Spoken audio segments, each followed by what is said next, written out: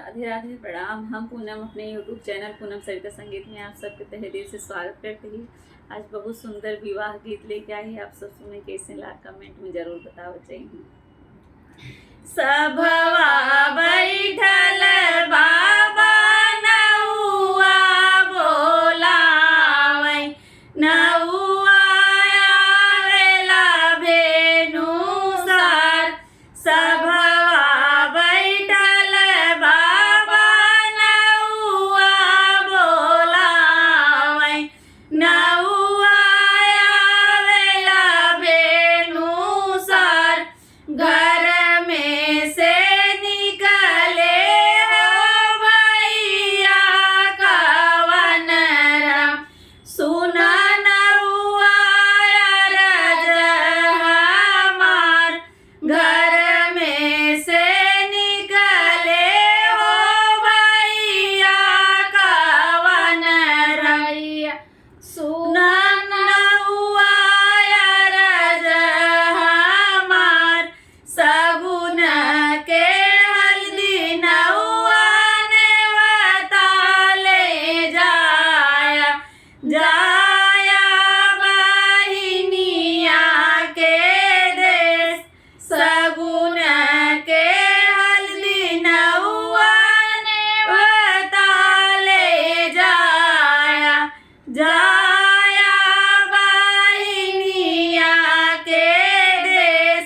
एक बना गईले दूसरे बना गईले, तीसरे बहिनिया के दुआर। एक बना गईले दूसरे बना गईले, तीसरे बहिनिया के दुआर। घर में से निकली बहिनी कवन दे, देवड़िया के बैलीन ठाड़। घर में से निकली बहिनिया कवन दे, देवड़िया के बैलीन ठाड़।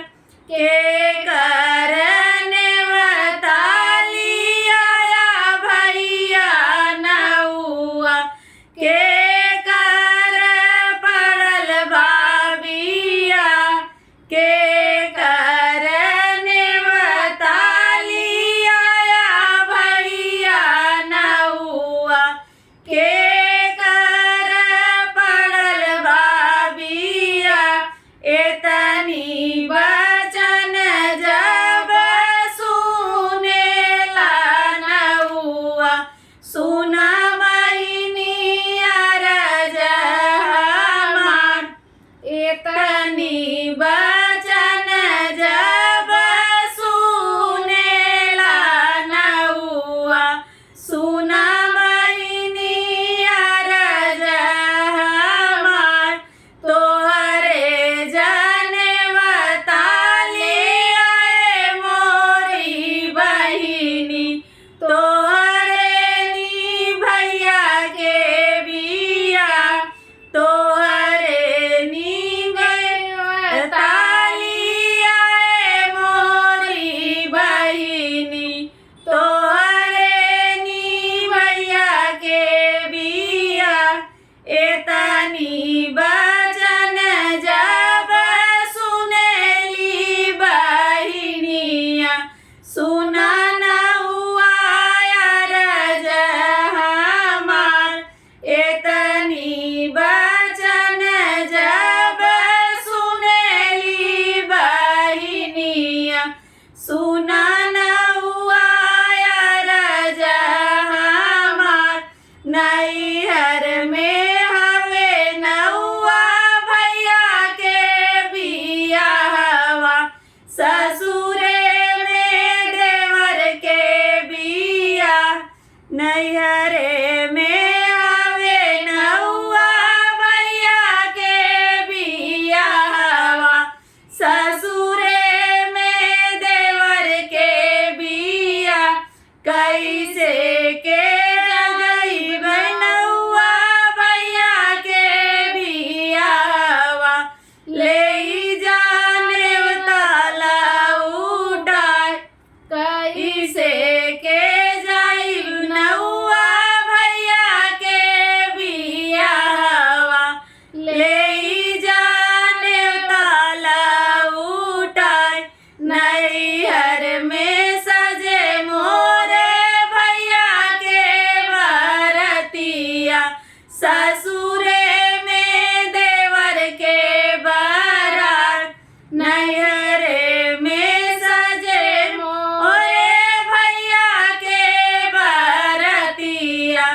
ससुरे में देवर के बारात सजी गईले हाथी हो सजी गईले घोड़ा सजी गईले सारी बारात सजी गईले हाथी हो सजी गईले घोड़ा सजी गईले सारी बारात आई गईले इतना चढ़ेला बरतिया आई गईले गौआ के लोग आई गईले इतना चढ़ेला बरतिया आई गईले गौआ के लोग एक नाही आवे भैया से भतीजवा बिहरे करे जवा हमार एक नाही आवे भैया से भतीजवा बिहरे